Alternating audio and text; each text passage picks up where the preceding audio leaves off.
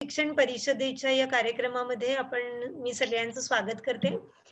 मी परिषदेची सचिव म्हणून सध्या काम करते आहे आणि परिषदेमध्ये मागील 25 वर्ष आहे. महाराष्ट्र बालशिक्षण परिषद ही 1994 मध्ये रमेश पानसे आणि राम जोशी यांच्या अध्यक्षतेखाली आणि रमेश पानसे यांच्या पुढाकाराने सुरुवात झाली आहे या परिषदेची. प्रामुख्याने याचं काम बालशिक्षणाचा शास्त्रीय विचार सर्वदूरपर्यंत पोहोचवावा आणि यासाठी महाराष्ट्रातल्या अनेक जिल्ह्यांमध्ये ही शाखा शाखा सुरू झाल्या आणि त्या शाखातल्या कार्यकर्त्यांनी परिषदेच्या सहाय्याने तिथल्या शाळांना मार्गदर्शन केलं, तिथल्या शिक्षकांना मार्गदर्शन केलंय. म्हणजे उदाहरणार्थ औरंगाबाद, धुळे, नाशिक, जळगाव, सोलापूर, इचलकरंजी, सांगली अशा वेगवेगळ्या ठिकाणी खरं तर या शाखा सुरू झालेल्या आहेत आणि आज काही कार्यरत आहेत, काही आता काम करत नाहीत अशीही स्थिती अर्थातच आहे. पण तरीही जे 20-25 वर्षात काम झालं आहे, ते अनेक शिक्षकांपर्यंत परिषद पोहोचली. बालशिक्षणात त्यांनी वेगवेगळं ट्रेनिंग देण्याचं काम केलं. त्यामुळे अर्ली चाइल्डहूड एज्युकेशन म्हणजे पहिला भाग 3 ते 6 वर्षाच्या मुलांच्या शिक्षणाचा आणि यावरती अनेक शिक्षकांना ट्रेनिंग परिषदेने दिले. अनेक पालकांसाठी कार्यशाळा घेण्यात आल्या. शासनाला वेळोवेळी वेगवेगळ्या सुधारणा कशा कराव्यात, वेगळे कायदे कसे करावेत, बालशिक्षणाकडे कसं पाहण्याची आवश्यकता आहे, शास्त्रीय बालशिक्षण म्हणजे काय, हे सगळं सांगण्याचा अनेकदा प्रयत्न परिषदेने केलेला आहे. अगदी परिषदेच्या सुरुवातीला 1994 मध्ये जवळ-जवळ महाराष्ट्रातल्या अनेक अंगणवाड्यांचा अभ्यास करून बालशिक्षण शास्त्रीय असावं म्हणजे काय? शिक्षिकेचं प्रशिक्षण कसं असायला हवं? शाळांमध्ये काय-काय असायला हवं बालशाळांमध्ये? आणि लेखन वाचनाच्या ऐवजी बौद्धिक विकासाकडे मुलांच्या विकासाकडे कसं लक्ष द्यायला हवं?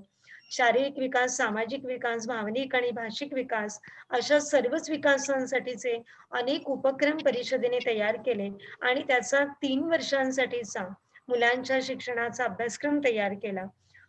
शिक्षकांसाठीचा अभ्यासक्रम त्यांनी तयार केला. तो 12 वर्ष राबवण्यात आला होता. आता सध्या तो बंद आहे, परंतु तो अत्यंत शास्त्रीय पद्धतीने तयार केलेला अभ्यासक्रम आहे आणि सांगायला असा आनंद वाटतो, की राष्ट्रीय धोरणामध्ये जी तत्व सांगितली गेली आहेत बालशिक्षणाबाबत, ती मागील 25 वर्ष परिषद त्या तत्वांचा प्रसार करत आहे. त्यामुळे राष्ट्रीय धोरणाच्या सुसंगत परिषदेचं काम चालू आहे असं म्हणायला आपल्याला हरकत नाही. आणि या परिषदेने पालक जागृतीचं अनेक प्रकारे काम हाती घेतलेलं आहे. सध्या ही शाबास नावाचा प्रकल्प चालू आहे. समुपदेशन पालकांसाठी उभी करणं, समुपदेशन केंद्र उभी करणं हे एक काम चालू आहे. तर अशा अनेक कार्यक्रमांमधनं आणि अशा आज आज जसा एक कार्यक्रम आपण करतो आहोत, अशा अनेक व्याख्यानांमधनं परिषद लोकांपर्यंत पोहोचत असते. आपण सगळेजण या परिषदेला आलात आज आणि वेगवेगळ्या प्रश्नांना न्यायाच्या बाबत म्हणजे शिक्षण आपण मुलांपर्यंत कसं पोहोचवावं आणि मुलांना जर एखादा बोर्ड आपण देऊ शकत नसू किंवा आपल्याला द्यायचं नसेल, एस-एस-सी असेल किंवा वेगवेगळ्या प्रकारचे आंतरराष्ट्रीय बोर्ड असतील, तर ती न देता आपल्याला कोणते पर्याय उपलब्ध आहेत, हे सांगण्यासाठी आपल्याकडे आज बोकील सर आले आहेत. मी नेहाताईला विनंती करते की तू बोकील सरांची ओळख करून दे आणि आपण कार्यक्रमाला पुढे नेऊया. नमस्कार सगळ्यांना. थोडक्यात बोकील सरांची ओळख करून घेते. खरं तर थोडक्यात जमणार पण नाही अशी त्यांची ओळख आहे. ते गेले 50 वर्षापेक्षा जास्त बालशिक्षण आणि शिक्षण या क्षेत्रात आहे. सध्या ते महाराष्ट्र बालशिक्षण परिषद तर्फे उपाध्यक्ष म्हणून कार्यरत आहेत. ते बालशिक्षण, शालेय शिक्षण, अनौपचारिक शिक्षण आणि प्रौढ शिक्षण या सगळ्या विषयांमध्ये त्यांनी संशोधन केलं, ॲक्शन रिसर्च केलेला आहे, साहित्य निर्मिती केलेली आहे आणि ते प्रशिक्षण सुद्धा करतात आणि सलग त्यांचं हे 50 वर्ष ही त्यांची जर्नी राहिलेली आहे. अनौपचारिक शिक्षण या स्पेसिफिक डोमेनमध्ये युनेस्को एशिया पॅसिफिक रिजन यासाठी ते सल्लागार म्हणून आहे आणि एक रिसोर्स ट्रेनर म्हणून पण आहेत. बालशिक्षण आणि प्रशिक्षण यासाठीचे त्यांनी 90 पेक्षाही अधिक पुस्तकं लिहिलेली आहे. आणि सर आय थिंक आता तुमचे 50 सुद्धा झालेले असतील, राइट? Online courses.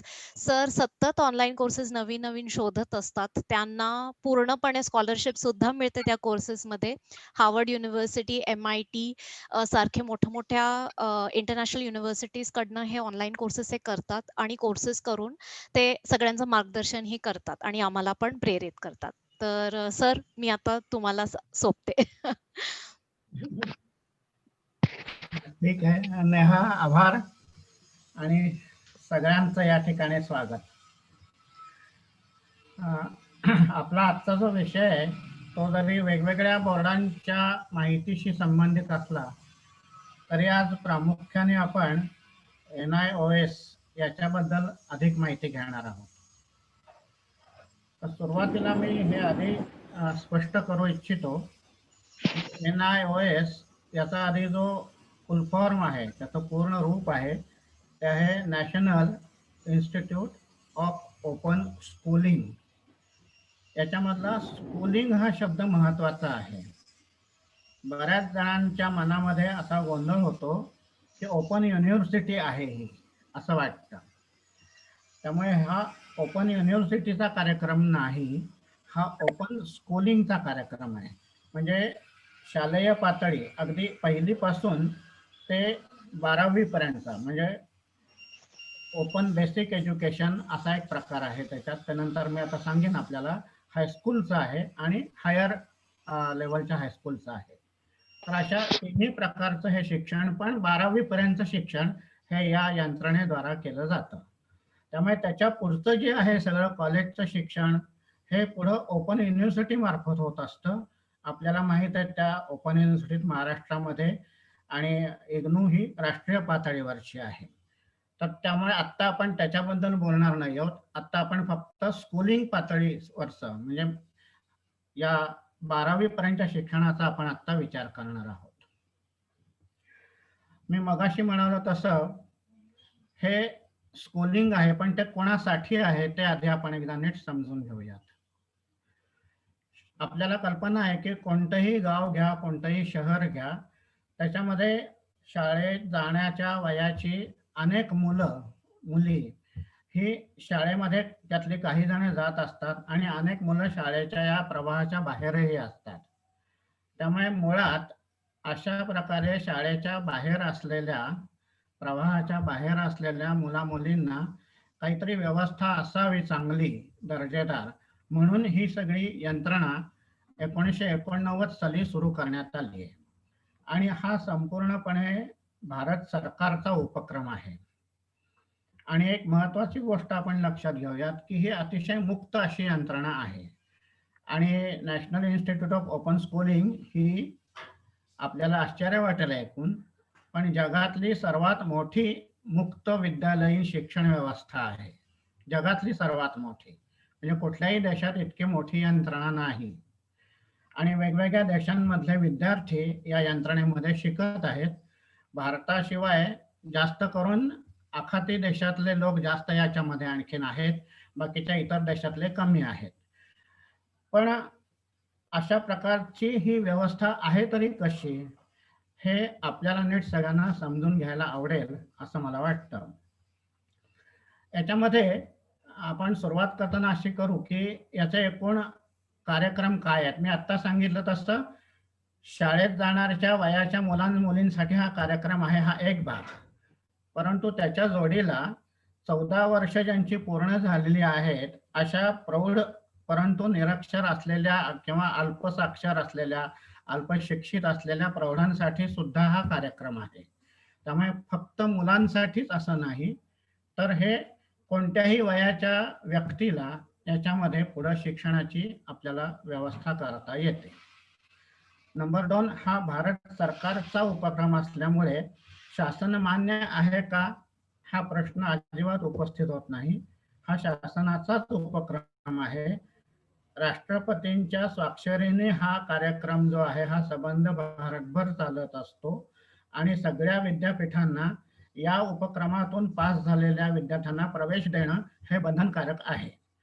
त्यामुळे या कार्यक्रमाची विश्वासार्हता निश्चितच जास्त आहे. अनेकांच्या मनामध्ये हा संभ्रम असतो की हे शासन मान्य आहे का, मग दुसरीकडे पुढे प्रवेश मिळेल का, कॉलेजमध्ये प्रवेश मिळेल का, हे सगळे प्रश्न असतात. म्हणून मी हा मुद्दाम खुलासा केला. आता याचे एकूण उपक्रम कोणते आहेत आणि मग त्याचे विषय कसे असतात, त्याच्या अभ्यासाच्या पद्धती कशा असतात, तिकडे आपण जाऊया. उपक्रम यांचे 3 प्रकारचे आहेत मुख्य. पहिला जो कार्यक्रम आहे त्याला ओपन बेसिक एज्युकेशन असं म्हणतात, OBE. याच्यामध्ये आपल्याला अगदी पहिलीमध्ये सुद्धा प्रवेश घेता येतो किंवा मध्ये आधे सुद्धा प्रवेश घेता येतो. तर 8वी पर्यंत त्याच्यामध्ये एकूण शिक्षण आहे. त्याच्यामध्ये पहिली लेव्हल ए ज्याला म्हणता येईल ती 3री पर्यंतच्या अभ्यासक्रमाची आहे. इथं आपल्याला दिसतंय स्लाइडमध्ये primary school OBE, open basic education OBE. त्यात 3 लेव्हल्स आहेत. पहिली ते 3रीची पहिली लेव्हल आहे, दुसरी लेव्हल आहे ती 4थी 5वीची आहे आणि 3री लेव्हल ती 7वी 8वीची आहे. त्याच्यानंतर त्याच्या पुढचा दुसरा उपक्रम आहे त्याला सेकंडरी कोर्स असं म्हणतात.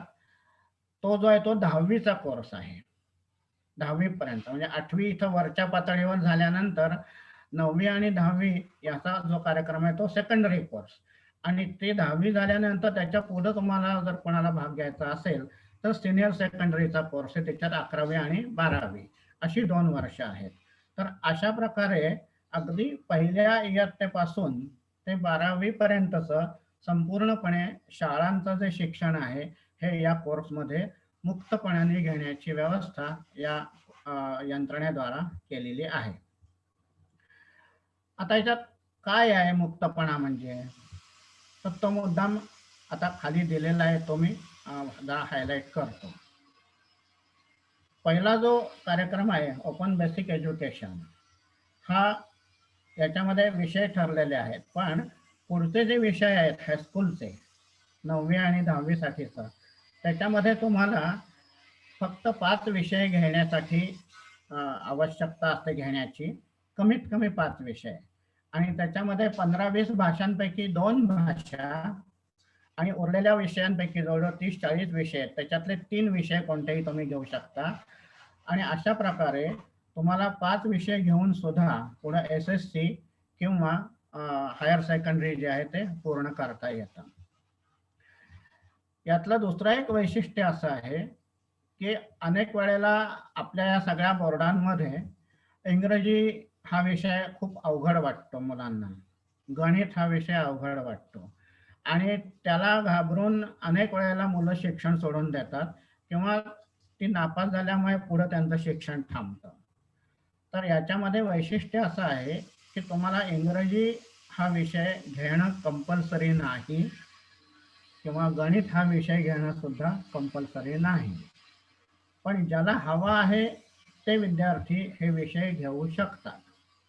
त्यामुळे घ्यायचं नाही असं नाही आहे किंवा त्याची क्वालिटी कमी आहे असं नाही, परंतु तो विषय न घेतल्यामुळे तुम्हाला पुढची जी शिक्षणाची संधी आहे ती उपलब्ध होत नाही असं जे घडतंय ते मात्र या ठिकाणी आपल्याला व्यवस्थितपणे त्याच्यावर मार्ग सापडतो आणि विद्यार्थी हायस्कूल पुरं करू शकतात, हायर सेकंडरी पुरं करू शकतात आणि पुढं कॉलेज आणि इतर म्हणजे पोस्ट ग्रॅज्युएशन सुद्धा सगळं त्याच्यामध्ये करू शकतात. हा याच्यातला मोठा फायदा आहे. हे जे विषय आहेत त्याच्या मी म्हणलो तसं पहिलीपासून ते 8वी पर्यंत एक 3-4 महत्त्वाचे विषय आहेत फक्त. त्याच्यामध्ये भाषा ही जी असते तिथली लोकल लँग्वेज ती तुम्ही घेऊ शकता. त्याच्यानंतर हिंदी घेऊ शकता, इंग्रजी घेऊ शकता, यापैकी कुठलीही भाषा तुम्ही घेऊ शकता. गणित हा विषय आहे आणि एन्व्हायरमेंटल स्टडीज म्हणजे परिसर अभ्यास ज्याला म्हणू असा हा शास्त्र, आणखीन त्याच्यानंतर सोशल सायन्सेसचा असा हा भाग घेऊन तुम्हाला 8वी पर्यंत शिक्षण पूर्ण करता येतं. या 3ही लेव्हलला परीक्षा आहेत आणि या परीक्षा या कशा घेतल्या जातात हे मी पुढे आपल्याला नंतर सांगणार आहे. आता इथं जे आपल्याला ही स्लाइड दिसते ती हायर सेकंडरी आणि सेकंडरी याच्यामधल्या विषयांसंबंधीची दिसते आहे.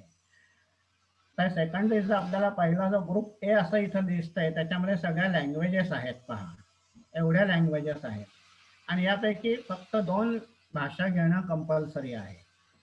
इंग्रजी कंपल्सरी नाही, घेतली तरी हरकत नाही, परंतु याच्यातल्या 2 भाषा घ्यायच्या ग्रुप ए मधल्या, आणि खालचा जो ग्रुप बी आहे त्याच्यामध्ये तुम्हाला हे mathematics, science, technology, social science असे सगळे विषय दिसतात पहा. त्याच्यात सायकॉलॉजी वगैरे सुद्धा विषय आहेत. शिवाय तुम्हाला पेंटिंग, डेटा एंट्री वगैरे असे टेक्निकल विषय सुद्धा दिसत आहेत. अकाउंटन्सी सारखे विषय दिसत आहेत, म्युझिक दिसत आहेत. तर अशा प्रकारचे हे विषय जे आहेत त्याच्यातले 3 विषय तुम्हाला घेणं कंपल्सरी आहे, म्हणजे त्या विद्यार्थ्याला. म्हणजे वरच्या ग्रुपमधले 2 आणि खालच्या ग्रुपमधले 3 विषय, असे 5 विषय घेऊन कोणताही विद्यार्थी हे सेकंडरीला म्हणजे 10वीच्या परीक्षेला रजिस्ट्रेशन करू शकतो. मी आधी ओपन बेसिक एज्युकेशनचं जे सांगितलं ते 8वी पर्यंत शिक्षण होतं. त्याच्यानंतर हा सेकंडरीच्या दुसऱ्या ग्रुपला अप्लाय करू शकतो विद्यार्थी. आत्ता म्हणलो हे विषय घेऊन. मला मुद्दाम सांगायला आवडेल की आम्ही अनेक विद्यार्थ्यांना की जे पूर्णपणे निरक्षर होते असे शालेय वयाचे विद्यार्थी, त्याचप्रमाणे निरक्षर प्रौढ अशा शेकडो विद्यार्थ्यांना हे मी आमच्या संबंधित उपक्रमांमधनं त्या परीक्षांना बसवलेलं आहे. आणि त्यातले अनेक विद्यार्थी हे 5वी, 7वी, 8वी वगैरे अशा परीक्षा पास होऊन, आणि त्यातले काही जण पुढे हायस्कूलला सुद्धा पास होऊन पुढचा असता त्यांचा चरितार्थ हा व्यवस्थितपणे चालवत आहेत आणि चांगले उद्योग व्यवसाय करत आहेत. काही शेतीसारख्या उद्योगात खूप चांगलं काम करत आहेत. तर त्यामुळे हा प्रत्यक्ष अनुभवलेला असा हा एक भाग आहे. सेकंडरीचे हे जे मी आता विषय सांगितले ते 5ही विषय जरी घेतले तरी त्याचं रजिस्ट्रेशन जे आहे ते तुम्हाला सुरुवातीला केल्यानंतर एकूण हे रजिस्ट्रेशन 5 वर्ष चालतं आणि दर 6 महिन्यांनी एक परीक्षा असते.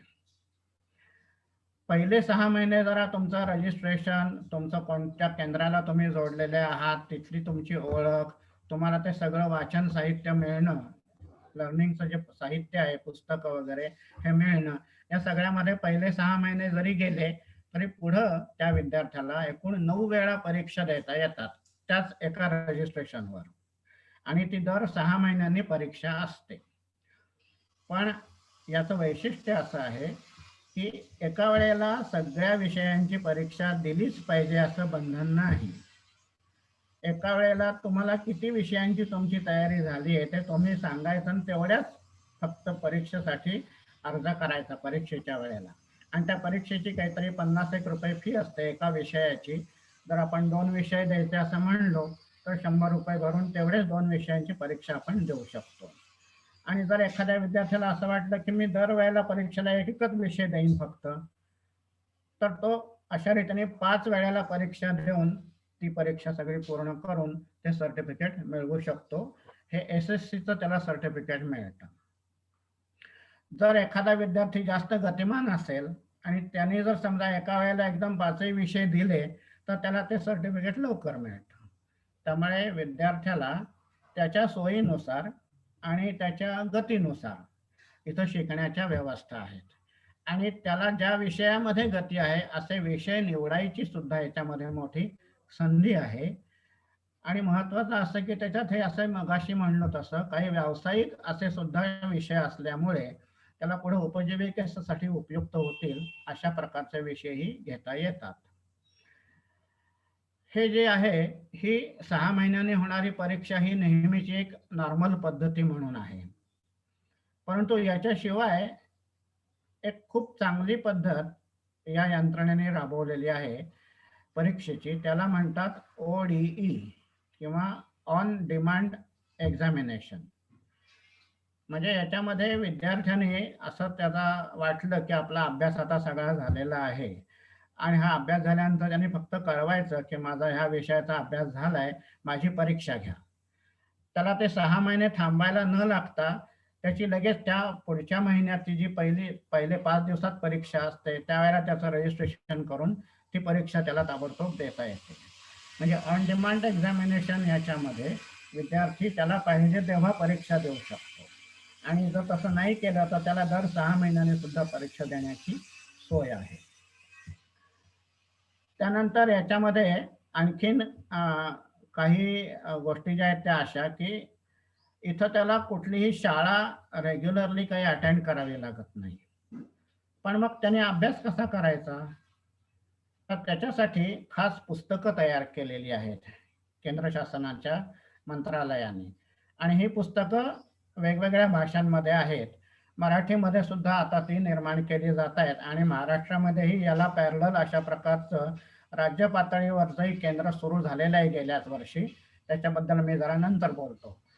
पण आत्ता ही सगळी साहित्य पुस्तकं वगैरे जी आहेत ती हिंदी आणि इंग्रजीमध्ये निश्चितच अवेलेबल आहेत, आणि ती सगळी पुस्तकं तुम्हाला त्यांच्या वेबसाईटवर आत्ता सुद्धा तुम्हाला ती बघता येतात. ही पुस्तकं या सगळ्या विषयांची ही सेल्फ लर्निंग मटेरियल्स आहेत.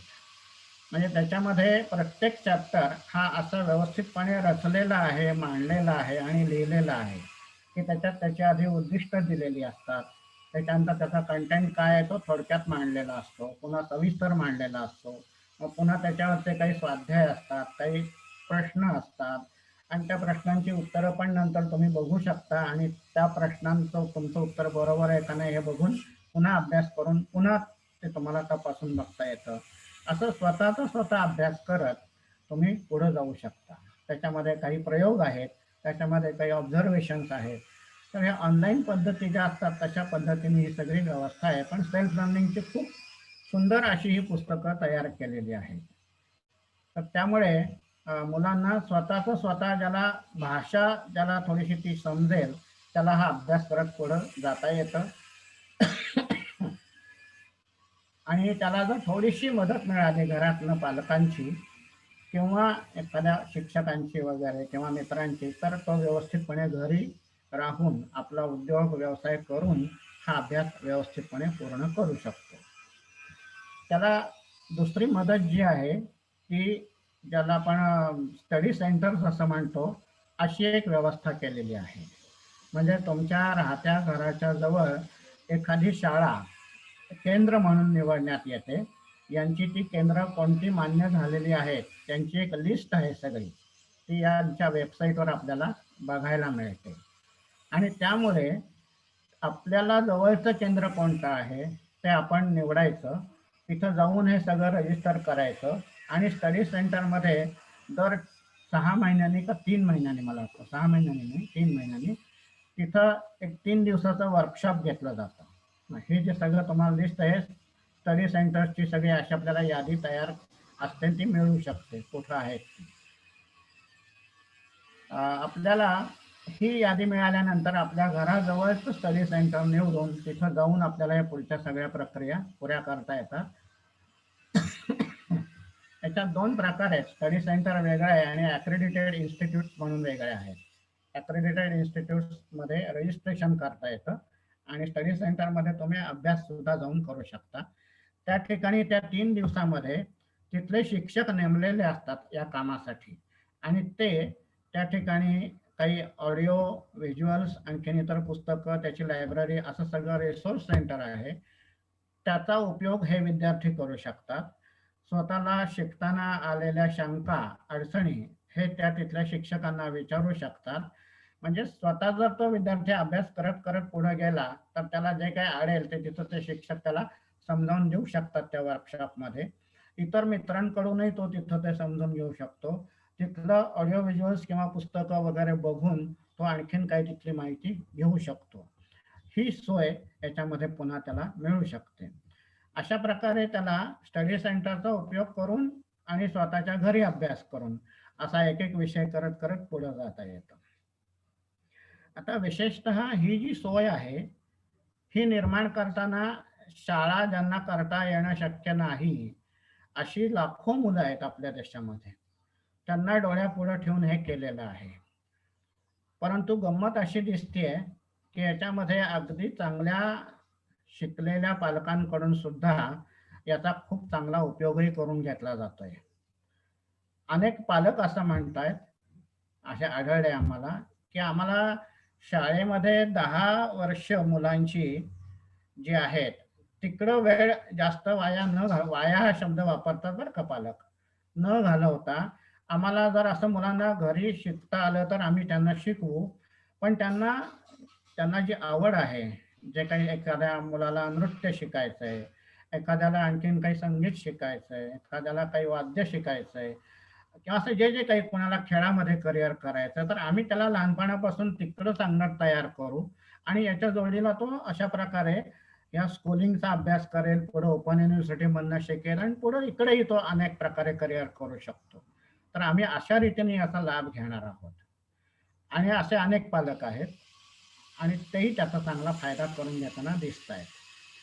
तर याच्यामध्ये फक्त अगदी गरीब घरातली शाळेच्या बाहेर राहिलेली मुलंच जात आहेत असं नाही, तर अगदी उच्च मध्यमवर्गीय जे आहेत किंवा चांगल्या प्रकारे ज्यांचं आर्थिक उत्पन्न आहे अशा घरातली मुलं सुद्धा याचा लाभ घेताना आपल्याला दिसतील. दुसरं असं की याच्यामधला जो अभ्यासक्रम आहे तो या सगळ्या म्हणजे आपला SSC बोर्ड, CBSE बोर्ड या सगळ्याला साधारण पॅरलल असंच आहे. म्हणजे हा अभ्यासक्रम खूप अगदी अत्यंत कमी दर्जाचा आहे वगैरे असंही कोणाला काही म्हणता येईल असं अजिबात नाही. आपण अभ्यासक्रमाची तुलना करू शकतो दोन्ही ठिकाणची, तिन्ही ठिकाणची पुस्तकं आणि अभ्यासक्रम पाहून. तर मला असं वाटतं की या सगळ्या गोष्टींचा लाभ हा उत्तर भारतातली मंडळी आतापर्यंत खूप घेत आहेत. आम्ही हे सगळं महाराष्ट्रात सुद्धा प्रचार करायचा प्रयत्न केला. मी स्टेट रिसोर्स सेंटरचा डायरेक्टर असताना आम्ही जवळजवळ 100 संस्थांना हे पत्र लिहिलं होतं की आपल्या आजूबाजूच्या विद्यार्थ्यांना याची संधी द्या म्हणून. परंतु दुर्दैवाने अनेक नव्हे जवळजवळ सगळ्या संस्था चालकांकडून मला त्याच्यामध्ये फारसा काही रिस्पॉन्स मिळाला नाही. याचं कारण आहे अर्थातच की इथं आपल्याकडं खाजगी शाळा, खाजगी संस्थांनी उभं केलेलं शिक्षणाचं जे काम आहे ते खूप चांगलं आहे इतर राज्यांच्या मानाने आणि त्यामुळे इथं तो सगळा जो काही एकूण एक प्रकारचा आपल्याकडे शिक्षणावरचा, संस्थांवरचा, शाळांवरचा विश्वास आहे चांगला, तो खूप चांगला आहे. त्यामुळे या अशा प्रकारच्या यंत्रणेवर आपल्या इथल्या लोकांचा फारसा विश्वास नव्हता. आता मात्र आता लोकांना जाणीव व्हायला लागलेली आहे आणि शिक्षणाच्या या सगळ्या कार्यक्रमामध्ये इतर अंगांचा विकास जास्त अधिक व्हावा आपल्या मुलाचा, मुलीचा असं वाटतं आणि त्यामुळे अशा काही मुक्त व्यवसायाच्या किंवा मुक्त शिक्षणाच्या कार्यक्रमात आपण मुलांना घेऊन जाऊ शकू का असं आता पालक विचार करायला लागलेले आहेत. ही एक चांगली गोष्ट आहे. तर आतापर्यंत मी सांगितलं ओपन बेसिक एज्युकेशन हे 8वी पर्यंत, त्याच्यात 3 लेव्हल्स, तिसरीची, 5वीची आणि 8वीची. दुसरा त्याचा पुढचा प्रकार म्हणजे हायस्कूल सेकंडरी एज्युकेशन आणि तिसरा प्रकार म्हणजे हायर सेकंडरी ते 11वी 12वीचा. 11वी 12वीचा सुद्धा अभ्यासाची कामाची पद्धत तशीच आहे.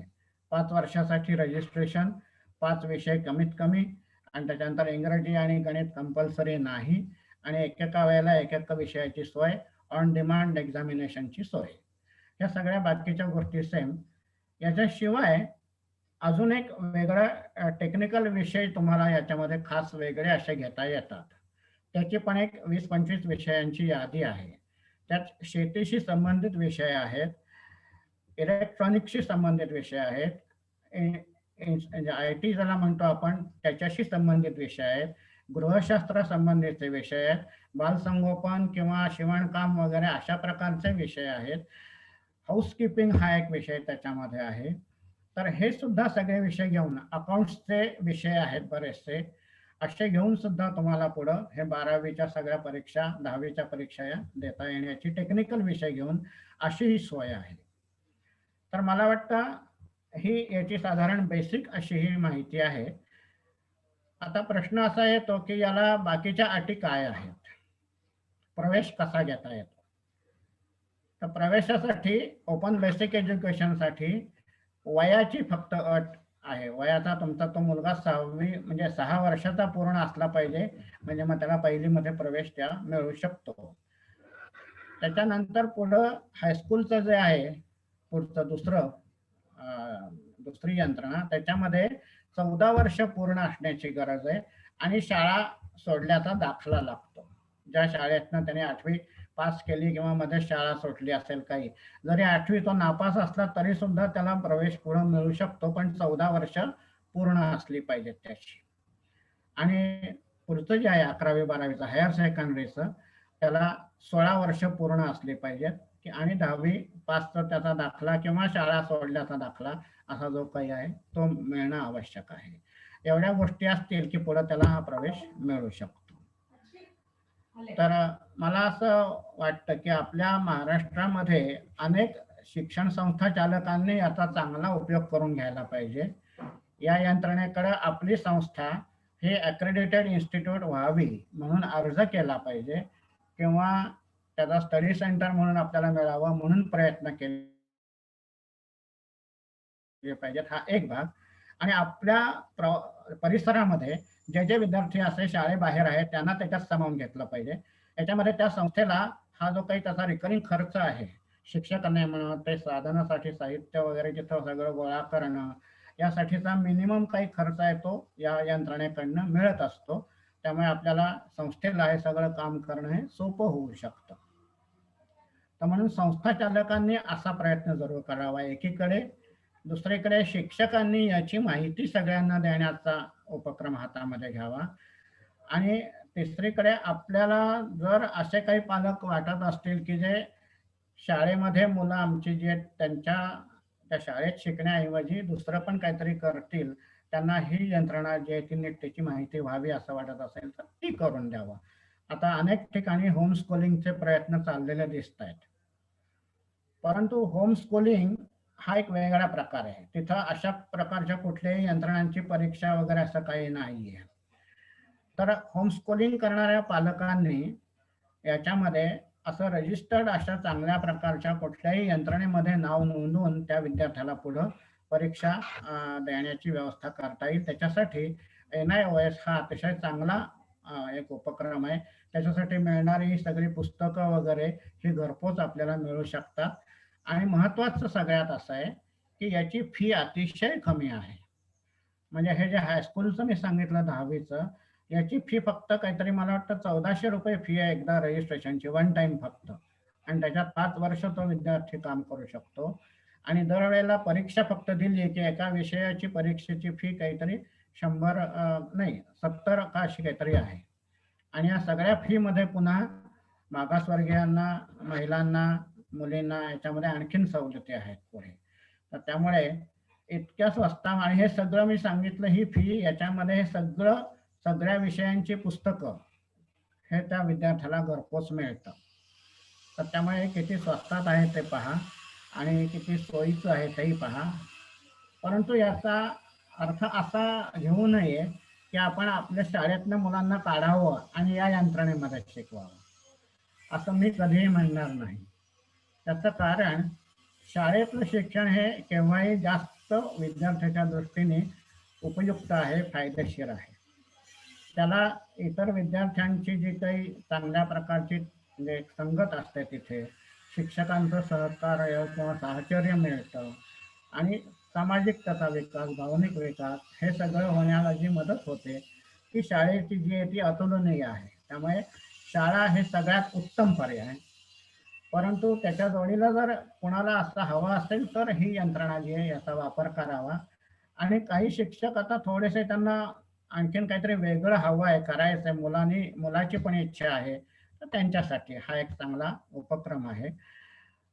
पण खरा पर्याय असा की तिथली आपली शाळा सुद्धा आपल्याला अधिक सुधारता येईल का, शाळेतलं शिक्षण सुधारता येईल का, याच्यासाठी सुद्धा पालकांनी आणि समाजाने प्रयत्न करणं आणि शाळेमध्ये मुलांनी जास्त चांगलं शिकणं हा चांगला मार्ग. नाही तर मग याचाही वापर आपल्याला करता येणं शक्य आहे. त्यामुळे त्याचाही वापर जरूर करा.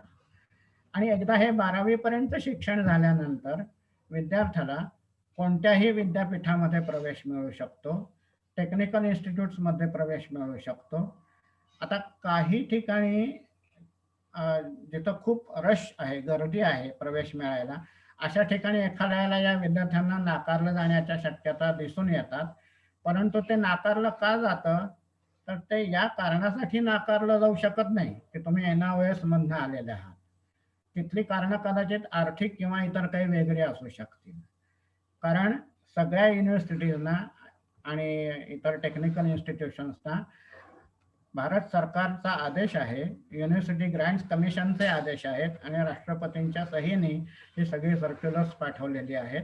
त्यामुळे त्याच्यावर जर थोडंसं पालक जर खंबीर राहिले, थोडंसं एखाद्याला काही ठिकाणी वाद घालायची वेळ आली तर वाद घालण्याची तयारी ठेवायला लागेल आणि लेखी उत्तरं त्यांच्याकडनं घेतली पाहिजेत.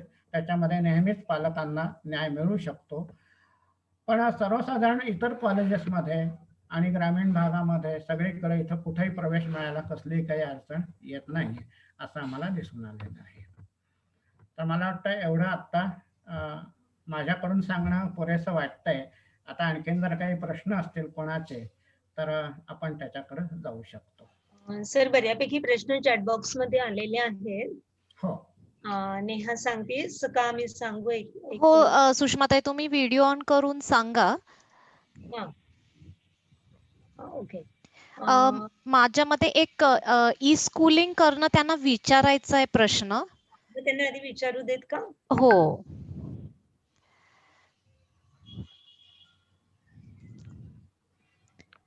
ई स्कूलिंग वाचन कट्टा. ताई, तुम्हाला प्रश्न विचारायचं होतं? त्यांचा प्रश्न चॅट मध्ये आलेला होता की ओपन स्कूलिंगच्या काही वर्षानंतर आपण रेग्युलर स्कूलिंगला जॉईन करू शकतो का? हो, त्याचं उत्तर हो. सॉरी, त्यांना मी अनम्यूट करून ठेवते. आय थिंक ताई तुम्ही अनम्यूट करू शकतात, तो ऑप्शन आहे तुमच्याकडे. मी तरी सेंड केलेला आहे. Okay, yes. हा सर. असं झाल्यानंतर पुन्हा आपल्याला कोणत्याही त्या शाळेत किंवा कोणत्याही शाळेमध्ये प्रवेश मिळू शकतो. फक्त पालकांनी एक मात्र काळजी घ्यायला पाहिजे की ती शाळा जी काही असेल ती शाळा शासनमान्य आहे का नाही याची फक्त खात्री करून घ्या. कारण अनेक वेळेला खाजगी संस्थाचालक कोणतीही प्रकारची अशी शाळा काही काढतात, त्याला शासन मान्यता नसते आणि मग आपल्या विद्यार्थ्याचं जे काही अकॅडमिक नुकसान होतं ते आपल्याला फार त्रासदायक ठरतं. त्यामुळे असा प्रवेश घेताना प्रवेश देणं बंधनकारक आहे. त्यामुळे ते NIOS मधला पास आउट आहे म्हणून आम्ही याला घेऊ शकत नाही असं म्हणू शकत नाही, आणि म्हणाले तर त्यांच्यावर कायदेशीर कारवाई सरकारतर्फेच होऊ शकते. ओके. आणि वकील सर, अजून एक होता माझा प्रश्न. जर आता नॉर्मल शाळेमध्ये कसं असतं की एक तर पहिलीत प्रवेश घ्या, नाही तर 5वीत प्रवेश घ्या, नाही तर 8वीत प्रवेश घ्या, अशा विशिष्ट टप्प्याला प्रवेश घ्यावा लागतो का? 2रीत, 3रीत, 6वीत कधीही आपण प्रवेश घेऊ शकू? नाही, त्याच्या आधीचा जो टप्पा त्या विद्यार्थ्याचा झालेला असेल त्याप्रमाणे, म्हणजे एखादा विद्यार्थी जर आता 4थी मधनच तो बाहेर पडला तर त्याला प्रवेश देताना त्या 5वीच्या टप्प्याला प्रवेश द्यायचा. म्हणजे कालपासून यायला लागेल असं काही नाही. 3री जर पास झालेला असेल तर 5वीच्या टप्प्याला प्रवेश घ्यायचा. अशा पद्धतीने पुढे जाता येईल. त्यांचे स्पेसिफिक आहे ना, ओपन स्कूलिंगने काय केले, 3 ग्रेड लेवल्स ठेवलेले आहेत OBE मध्ये. म्हणजे ते इक्विव्हॅलंट ग्रेड सिस्टम मध्ये तुम्ही एकत्र करून घेता. तर असं त्यांच्यामध्ये नाहीये की तुम्ही 3री, 4थी, 5वीची एकानंतर एक परीक्षा देणार आहात का असं करणार. तुम्ही त्या इक्विव्हॅलंट एज ग्रुप मध्ये येणार आहात. आणि खरं तर म्हणून NIOS जो आहे तो आपला कन्स्ट्रक्टिव्ह एज्युकेशनसाठी बेस्ट फिटेड एज्युकेशन सिस्टम आहे, जी ऍक्च्युअली इंटरनॅशनल सिस्टम्स बरोबर खूपच सिमिलॅरिटीज आहे त्याच्यामध्ये इंटरनॅशनल एज्युकेशन सिस्टमसाठी. फक्त इथे एवढी पॉप्युलॅरिटी झालेली नाहीये, म्हणून मग थोडं आपल्याला त्याच्या बाबत जाणून घ्यायला जास्त हवंय. Okay, great to know this. Thank you Neha ma'am. Thank you Vakil sir. आणि आणखीन एक जोडायला हरकत नाही की नॅशनल ओपन स्कूल मधनं आलाय किंवा नाही हे आता महत्वाचंच नाहीये. तर कोणत्याही एज ग्रुपला मुलाला ऍडमिशन हवी असेल तर ती देणं पण आता शासनाला बंधनकारक आहे. त्यामुळे फक्त ते मूल त्या एज मधनं कुठलं म्हणजे अप्रोप्रिएट आहेत का नाही, म्हणजे 5वीत तुम्ही गेलात ऍडमिशन मागायला तर 5वीला जे काही साधारण लागतं ते त्या मुलाला घरनं शिकवलं गेलंय किंवा नाही, तर मग शाळेला ऍडमिशन देणं आवश्यकच आहे. हाही आता रूल आहे. मी फक्त याच्यामध्ये एक प्रॅक्टिकल ऍस्पेक्ट, ताई तुम्ही सांगा आधी, त्याच्यानंतर मी ऍड करते. ऍड कर नेहा. प्रॅक्टिकल ऍस्पेक्ट अशी आहे, म्हणजे जे इट्स नॉट एक्झॅक्टली लीगल, पण जे शाळा कारण म्हणून देतात त्यांना लिव्हिंग सर्टिफिकेट्स लागतो. म्हणजे ते असं सांगतात की त्यांचा प्रोसेस लिव्हिंग सर्टिफिकेट शिवाय पुढे जाऊ शकत नाही. काही बोर्ड्सच्या ज्या रूल्स आहेत ऍडमिशनच्या, म्हणजे बोर्ड इनिशिएटेड रूल्स आहेत ऍडमिशनच्या, त्याच्यामध्ये स्कूल हा नाव दिलं जातो.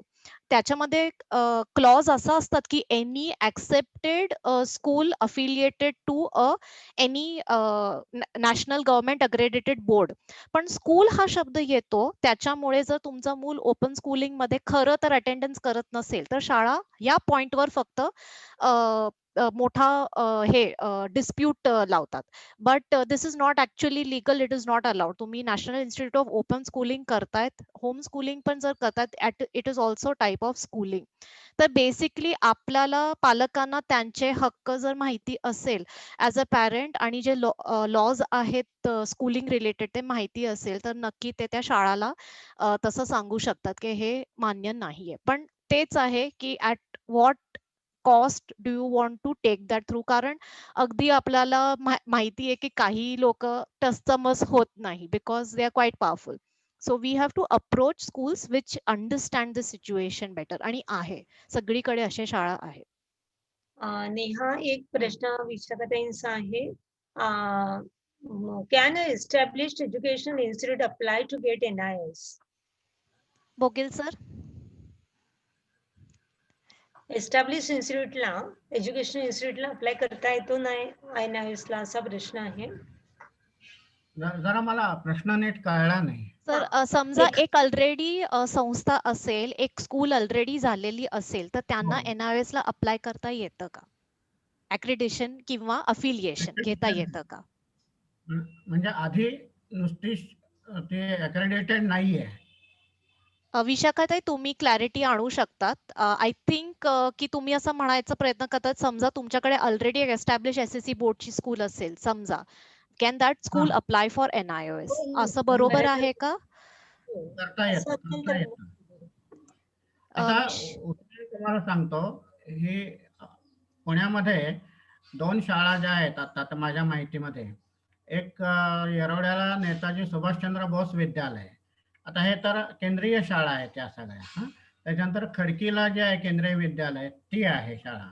या दोन्ही शाळा यांच्या आहेत, केंद्र सरकारच्या अखत्यारीतल्या आहेत, पण त्यांच्याकडे सुद्धा हे त्यांनी घेतलेलं आहे. इतकंच नाही तर पूर्वी आपल्या इथे आपटे रोडला आपटे महाविद्यालय जे होते, आपटे प्रशाला, तिथं सुद्धा याचं केंद्र होतं. त्याच्यानंतर दांडेकर पुलापाशी रावबहादूर आपटे पटवर्धन विद्यालय, त्यांच्याकडे पण याचं केंद्र होतं. आता ते चालू आहेत का नाहीत मला माहित नाही. म्हणजे हे तर आपल्या SSC बोर्डाशी जोडलेल्या शाळा आहेत या, तर त्या सुद्धा हे घेऊ शकतात.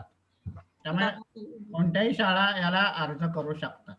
मला एक जोडावंसं वाटतंय बोकील सर, की खरं तर गव्हर्नमेंटची मान्यता असलेल्या शाळांनाच NIS सेंटर दिलं जातं, असा मी नियम, म्हणजे मी जेव्हा चौकशी केली होती आमच्या संस्थेसाठी तेव्हा त्यांनी सांगितलं होतं की तुमची शाळा पहिल्यांदा गव्हर्नमेंट रेकॉग्नाइज्ड करा आणि मग तुम्हाला नॅशनल ओपन स्कूलचं बोर्ड मिळेल.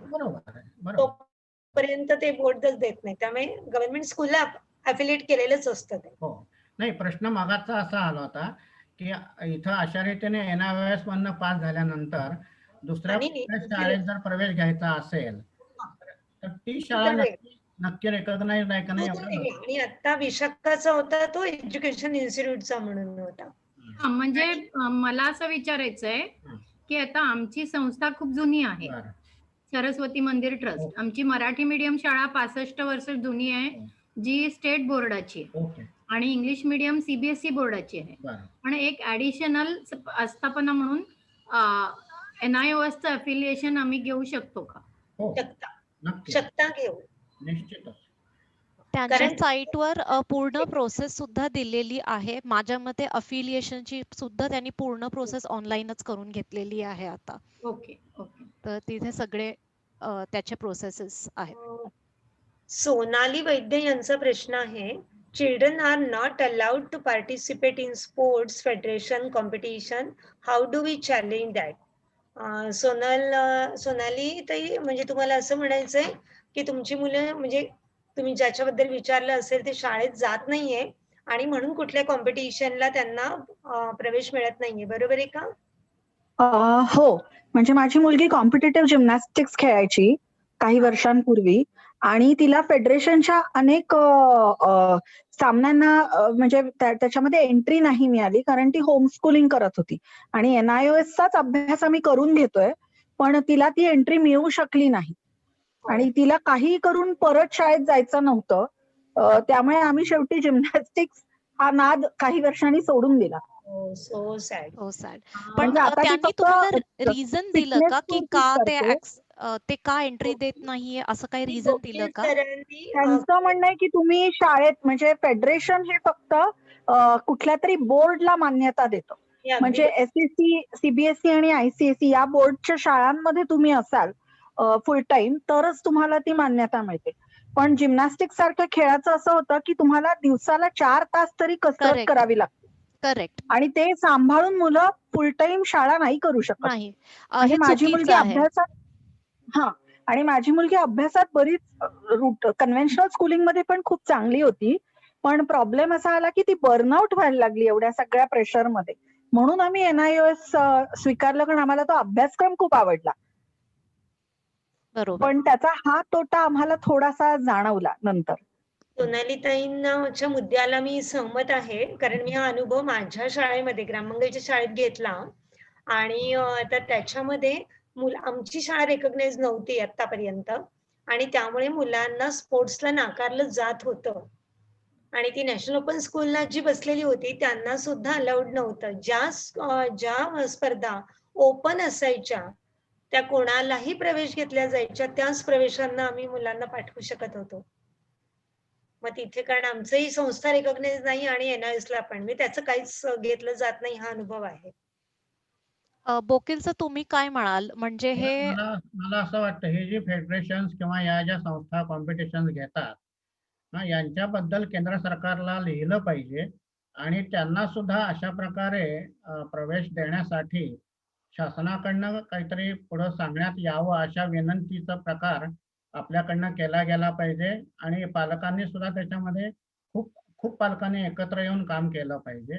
ते घडू शकेल, पण अशा आत्ता अगदी युनिक केसेस असतात त्याच्यामुळे पालक एकटे पडल्यासारखे होतात. त्यामुळे एकत्र येऊन किंवा इंडिव्हिज्युअली असं दोन्ही प्रकारांनी हे काम केलं पाहिजे. अगदी बरोबर आहे.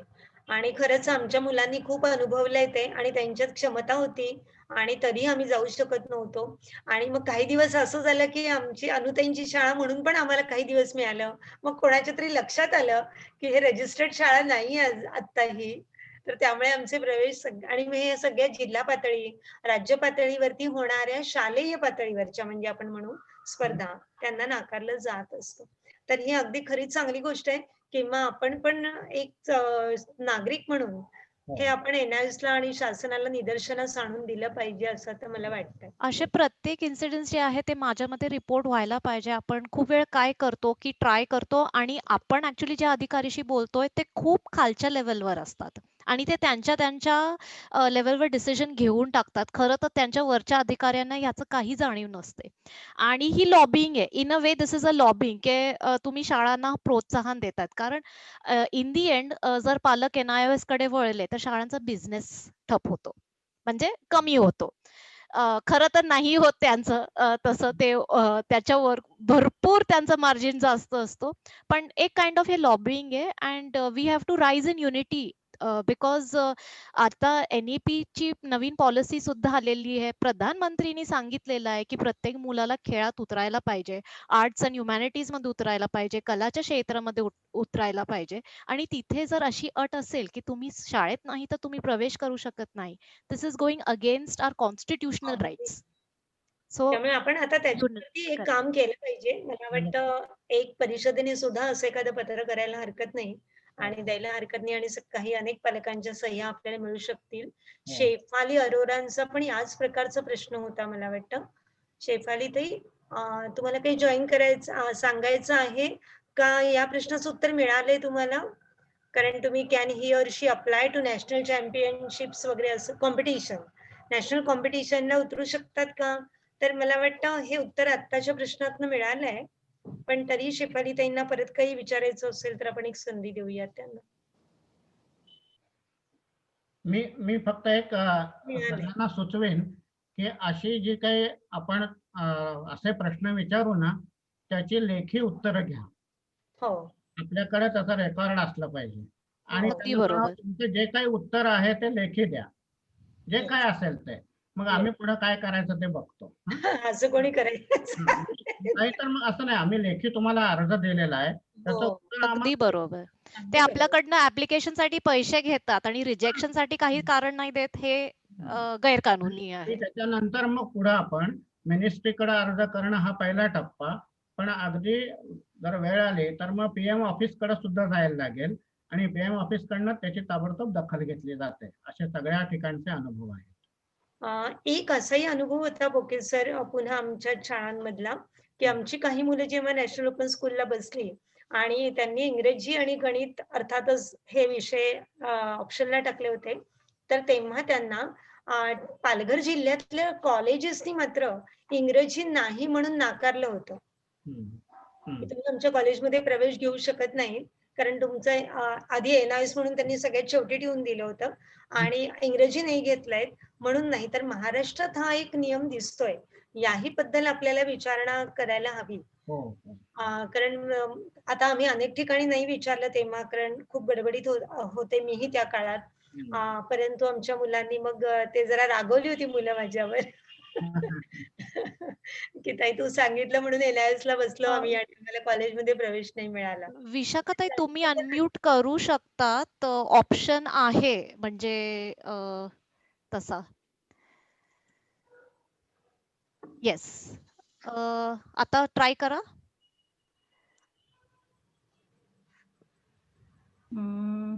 Your host is not allowing to unmute असं आता ऐकायला येत आहे? Yes yes, yes Vishakha. येत आहे. नाही, आता सुषमा म्हणाली तर ते हे फार दुर्दैवी आहे की हा भारत सरकारचा उपक्रम असून सुद्धा कॉलेजेस असे नाकारतात आणि अशा स्पोर्ट्सचे इव्हेंट्स पण नाकारतात. म्हणजे मुळातच काम करायची आवश्यकता आहे की जो भारत सरकारची चा उपक्रम आहे आणि भारत सरकारची योजना आहे ती संपूर्ण भारतभर लोकांना माहितीच नाहीये. दिस इज रिअली व्हेरी अनफॉर्च्युनेट. त्यामुळे सरकारनेच ह्याच्याकडे अधिक लक्ष देऊन तो त्याचा it should be spread out आणि सगळ्या एज्युकेशनल इन्स्टिट्यूट्सना हे कळवायला पाहिजे हो. की ह्या अशा मुलांना तुम्हाला प्रवेश द्यायला हे बंधनकारक आहेच. अगदी, आणि अगदी. जे पण असे स्पोर्ट्सचे वगैरे इव्हेंट्स घेतात त्यांनाही हे सगळं माहिती असायला पाहिजे.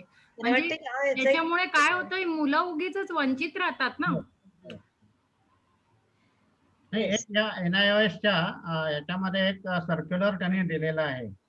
UGCचा सर्क्युलर आहे आणि त्यांनी सगळ्या म्हणजे भारतातल्या सगळ्या युनिव्हर्सिटीच्या चॅन्सलर्सना ते कळवलेलं आहे की तुम्ही NIOS मधनं पास झालेल्या विद्यार्थ्यांना तुमच्या कॉलेजेसमध्ये प्रवेश दिला पाहिजे. हो. असं ते सर्क्युलर तुम्हाला याच्या वेबसाईटवरही बघायला मिळेल. आणि ते तुम्ही पालकांनी जर ते कॉलेजच्या मॅनेजमेंटला दाखवलं तर काही परिणाम कदाचित होईल का नाही ते बघायला लागेल.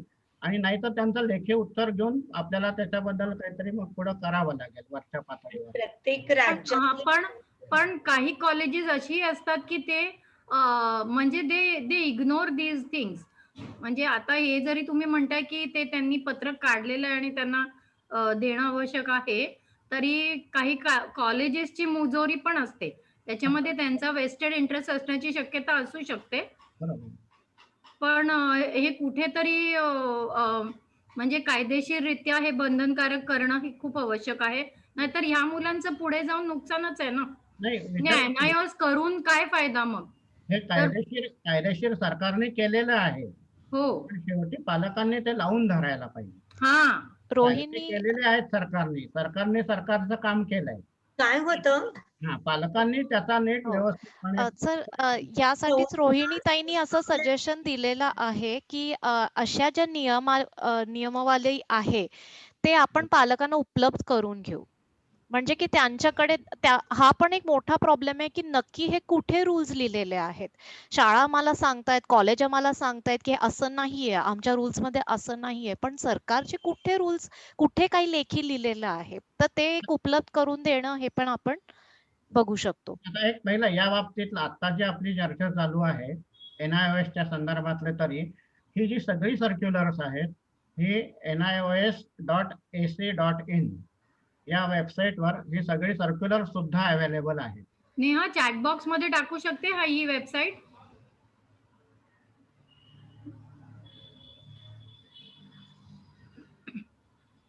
विशाखा काहीतरी बोलणं बंद झालं. NIOS.ac.in.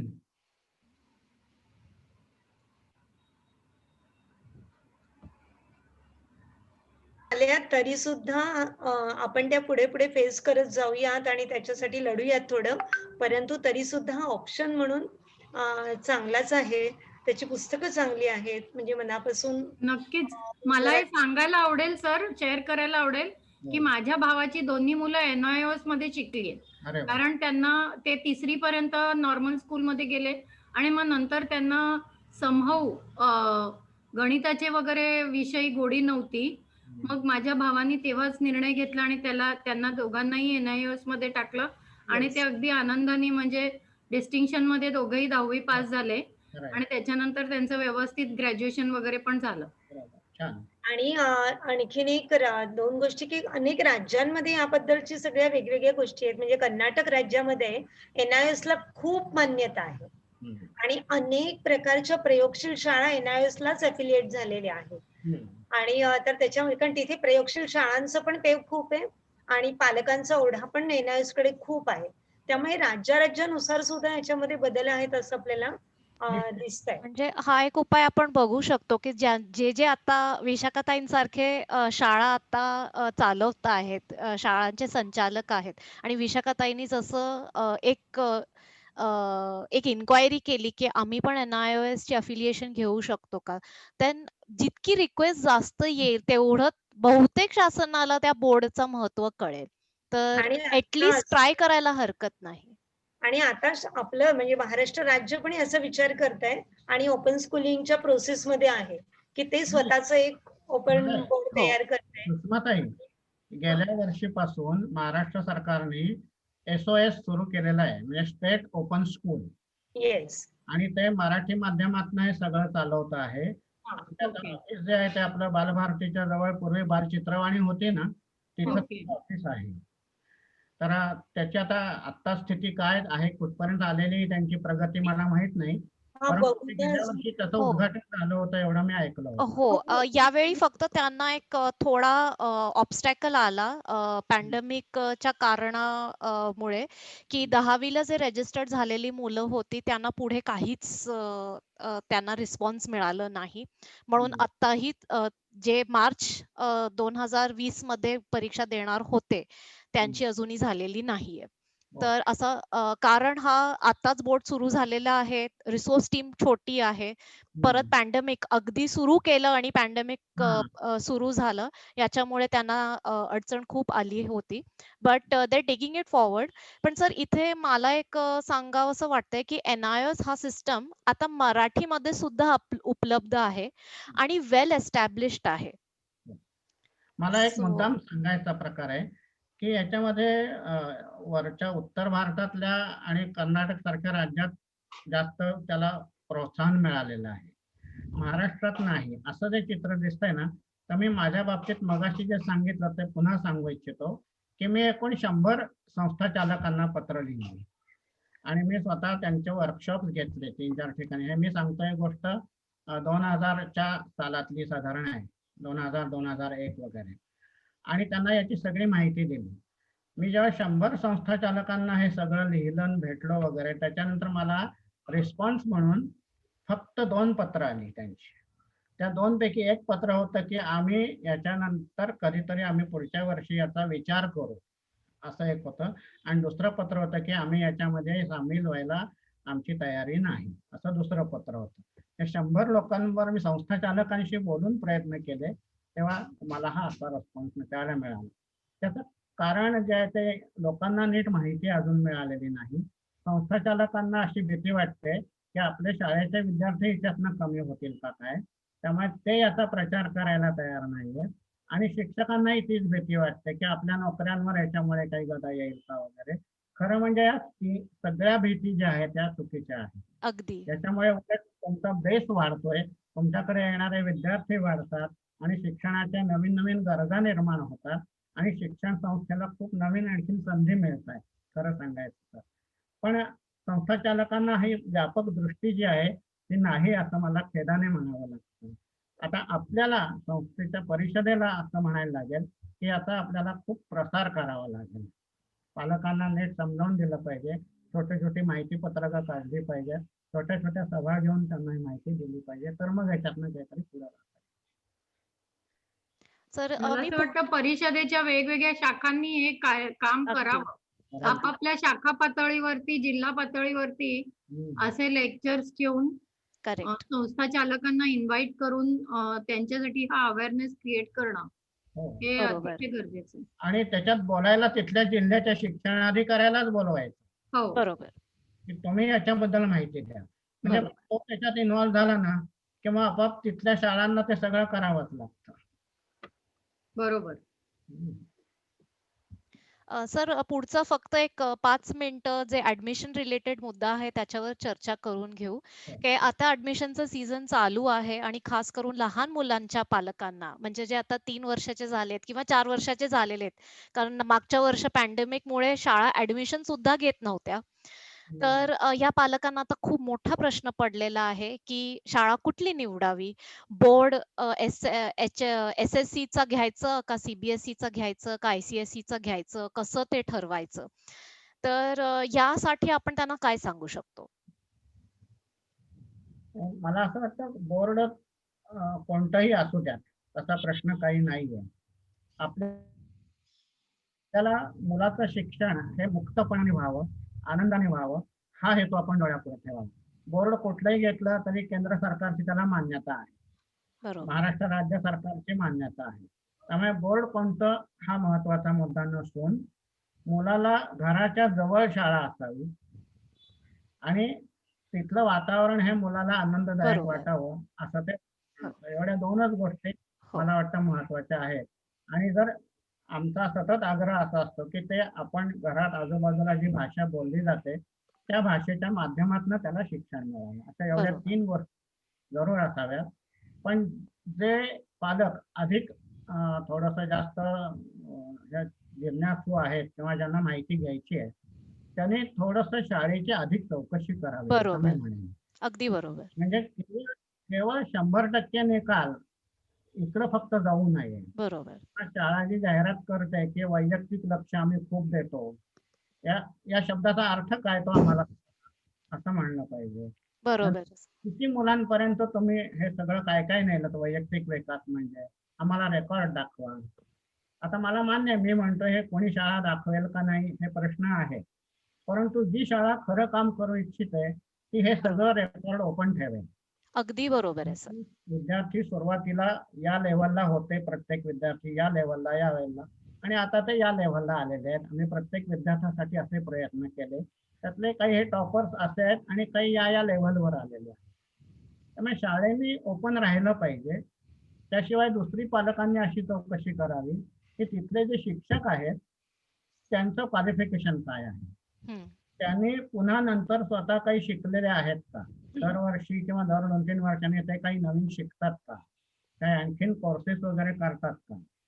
तिसरा असा हे करावा की त्या शिक्षकांनी आणि त्या संस्था चालकांनी नवीन काय उपक्रम शाळेमध्ये घेतले का, नवीन काही साहित्य तयार केलं का, नवीन काही पद्धती शोधून काढल्या का, आणि मुलांच्या शिक्षणाच्या अडचणी सोडवण्याचा प्रयत्न केला का, शिकण्याच्या प्रोसेस मधल्या अडचणी. आता यानंतर शाळेला 4 गोष्टी तरी मिनिमम आहेत का पूर्ण व्यवस्थित. एक म्हणजे मैदान आहे का, लायब्ररी चांगली आहे का, लॅबोरेटरी चांगली आहे का, आणि कला केंद्र आहे का, कला शिक्षणाची व्यवस्था, आणि त्याच्यामध्ये प्रत्येक विद्यार्थ्याला संधी मिळते का, या 4ही ठिकाणी. नाही तर फक्त 4 पुढे गेलेल्या विद्यार्थ्यांनाच मिळत असेल तर ते नाही. तर मला वाटतं पालकांनी हे सगळं बघावं. महत्वाची गोष्ट आहे की याच्यातली काही माहिती ही केंद्र शासनाच्या वेबसाईटवर सुद्धा आहे अगदी शाळा. बरोबर सर. ते सगळं आपण पालकांना त्यांची नावं बिव उपलब्ध करून देऊयात आपण, आणि त्याच्यातनं त्यांना ती माहिती, मिनिमम माहिती प्रत्येक शाळेची भारतातल्या कुठलीही त्यांना मिळू शकेल. बरोबर आहे सर. शिक्षकांचे क्वालिफिकेशन वगैरे सगळं मिळू शकतं, पण पालकांनी जरा चौकस व्हायला पाहिजे. बरोबर आहे. पालकांची जिज्ञासा थोडी वाढायला पाहिजे. सर तेच होतंय की ट्रायड अँड मेथड्स फॉलो करण्याचा खूप जास्त मोह असतो, की मी ज्या शाळेत, आता तर तसं आहे की आता आमची जी पिढी आहे, आम्ही ज्या शाळेत गेलो तिथेच माझं मूल पण जायला पाहिजे. आणि किंवा सगळ्यांना चौकशी करण्यात की कुठे असं आहे की मला काही लक्ष द्यायला नाही लागणार, म्हणजे माझं व्याप संपेल, अशी पण एक वृत्ती असते की अरे बाबा, म्हणजे झालं तो 3 वर्षाचा, आता मला नकोय. फार चांगला प्रश्न आहे. मी मुद्दाम एक थोडीशी आकडेवारी सांगू, सगळ्यांच्या नजरेला आणून देऊ इच्छितो. 1 वर्षाचा विचार करू आपण फक्त मुलाच्या. 1 वर्षाचे तास होतात 365 गुणिले 24 तास. त्याचा गुणाकार केला तर 9,000 ते 10,000च्या दरम्यान येतो साधारणपणे. म्हणजे हे मूल दरवर्षी 9,000-9,500 तास शिकत असतं. कारण आपण म्हणतोय की मूल प्रत्येक क्षणी शिकत असतं, म्हणजे मूल वर्षभरामध्ये 9,000 तास शिकत असतं. झोपेत सुद्धा शिकत असतं मूल, मोठा माणूस सुद्धा शिकत असतो. आता या 9,000 तासातले शिक्षकांच्या ताब्यात किती तास असतं मूल, विचार करा. रोज 5 तास आणि वर्षातली जेमतेम 200 दिवस, म्हणजे एकूण फार तर त्याच्यामधले ते सगळे मिळून 1,000 तास किंवा 900 तास इतके विद्यार्थी शिक्षकांच्या ताब्यात असतात.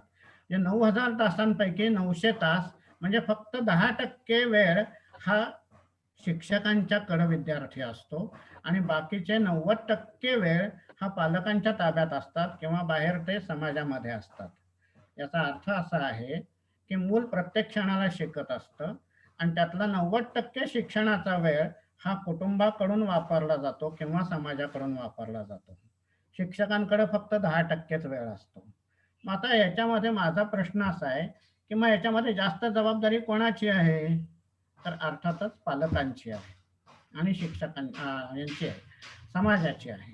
शिक्षकांची आहेच, परंतु जर पालक अशा समजुतीखाली असतील की आता 3 वर्षाचं मूल झालं, आता एकदा त्याला शाळेत अडकवून टाकला की माझी जबाबदारी संपली, तर मला वाटतं तो विचार पूर्णपणे चुकीचा आहे. पालकांची जबाबदारी ही मोठी आहे, ती अधिक वाढती राहते. फक्त पालकांनी आपण फॅसिलिटेटर कसे होऊ आणि मूल स्वतः शिकतं त्याला मदत कशी होईल आपल्याकडनं, वातावरण कसं चांगलं त्याला देता येईल, त्याची उत्सुकता कशी जागी होईल, याच्यासाठी आपण काय केलं पाहिजे हे त्या पालकांनी समजून घ्यावं. मुलं आपोआप शिकत जातात, स्वतःहून शिकत जातात. तर पालकांनी असं न म्हणता, आता माझी जबाबदारी संपली असं न म्हणता, वातावरण कसं चांगलं त्या मुलाला देता येईल, आपलं घर हे बालकेंद्री कसं होईल, अशा पद्धतीने विचार करावा. आणि परिषदेकडनं त्याच्यासाठी भरपूर माहिती उपलब्ध आहे, ती घेऊन आणखीन पुढे जावं. नेहा, मगाशी 2 हात वरती होते, तर कोणाला विचारायचं आहे का, जरा सांगतेस? वैभव सर, तुम्ही अनम्यूट करून सांगू शकतात, आणि जयश्री ताई त्याच्यानंतर.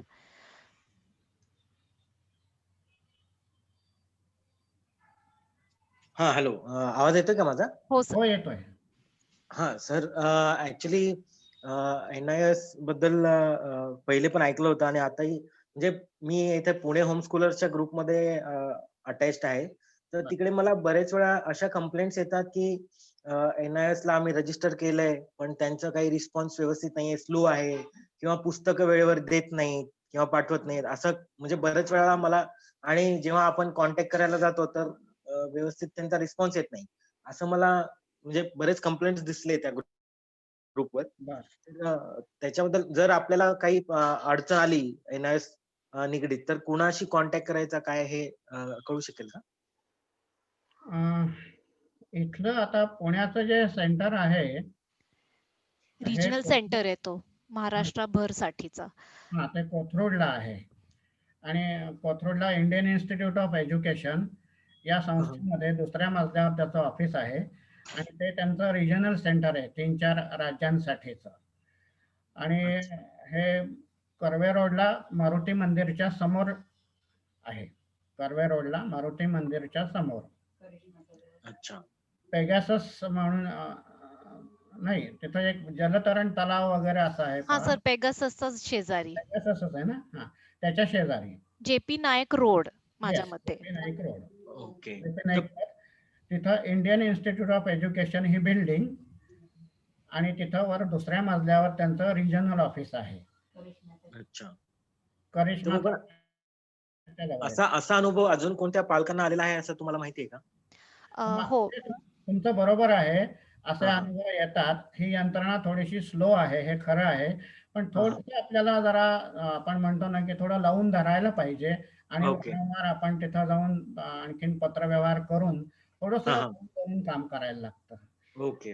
राईट चॅनल्स वापरले की त्यांना पण कळतं. जसं आम्ही परत सांगितलं की जे स्पोर्ट्स फेडरेशन्स मध्ये जो प्रॉब्लेम येतो तोच प्रॉब्लेम इथे पण येतो. आता हा अगदी सरांनी सांगितलेले किती कमी फीज असतात यांचे, तर ते रिसोर्स ट्रेंड आहेत ऑलरेडी आणि तिथे मे बी जराशी पण एखादा कर्मचारीकडनं थोडी पण एक रिलॅक्सेशन आलं की इतके मुलांचं प्रॉब्लेम येऊ शकतात, इतका डिले वाढू शकतो. So it is in our hands की त्यांना अकाउंटेबल आपण ठेवू.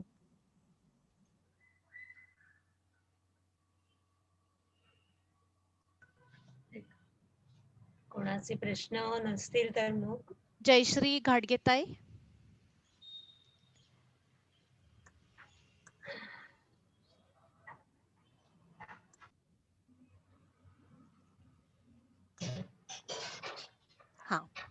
माझा प्रश्न हा होता की आता या चर्चेमध्ये जे सरांनी सांगितलं की संस्थाच्या चालकांनी पुढे यावं, तर जर समज मी पुढे यायचं म्हटलं तर मग मला प्रोसेस काय काय करावी लागणार आहे? छान, चांगला प्रश्न आहे. तुम्ही ही जी NIOS ची वेबसाईट आहे ती वेबसाईट आधी तुम्ही ऍक्सेस करा. त्या वेबसाईटवर तुम्हाला अक्रेडिटेड इन्स्टिट्यूशन किंवा ज्याला आपण स्टडी सेंटर म्हणू त्याच्यासाठीचा ऍप्लिकेशनचे अर्ज मिळतील. तो ऍप्लिकेशन त्या संस्थेकडे करा. त्याच्यासाठी जी काही डॉक्युमेंट्स जोडणं आवश्यक आहे ती जोडा. ही जी आहे वेबसाईट याच्यामध्ये आहे की तुम्हाला अक्रेडिटेड इन्स्टिट्यूट म्हणून जर नोंदणी हवी असेल तर तुम्ही काय करा, त्याची सगळी सविस्तर माहिती आहे आणि त्याचे फॉर्म्स सुद्धा दिलेले आहेत. कोणते डॉक्युमेंट जोडायची तेही सांगितलेलं आहे आणि जर सगळं व्यवस्थित असेल तर माहिती दिली की आपल्याला लगेच त्याचं अक्रेडिटेशन मिळू शकतं विशिष्ट मुदतीमध्ये. तर अशी काही कुठली तक्रार जर असेल तर मग आपल्याला वरच्या पातळीवर भेटावं लागेल किंवा कळवावं लागेल, परंतु अशी वेळ येत नाही असं वाटतंय मला. बर, मग याचे हे पाठवणार का मग आपल्या ह्याला ग्रुपला? काय? हो, वेबसाईट पाठवून देतो आम्ही ग्रुपवर. म्हणजे मग पुढे प्रोसेस करायला सोपं जाईल आणि ऍड्रेस सुद्धा त्याचा पाठवला तर जास्त बरोबर. म्हणजे प्रत्यक्ष जरी जाऊन भेटून यायचं असलं तरी चालेल. चालेल, थँक्यू. आणि सगळ्यांना माझी विनंती आहे की त्यांनी वेबसाईट जरूर पहा. त्याच्यावरची जी सगळी पुस्तकं आहेत सगळ्या लेव्हलची ती सुद्धा जरूर पहा. इतकी सुंदर चित्रमय अशी पुस्तकं आहेत. त्याच्यामध्ये एक्झरसाइजेस खूप छान आहेत, ऑब्जेक्टिव्ह क्लिअर आहेत आणि मुलांना खूप आवडेल अशा प्रकारचं हे सगळं साहित्य आहे.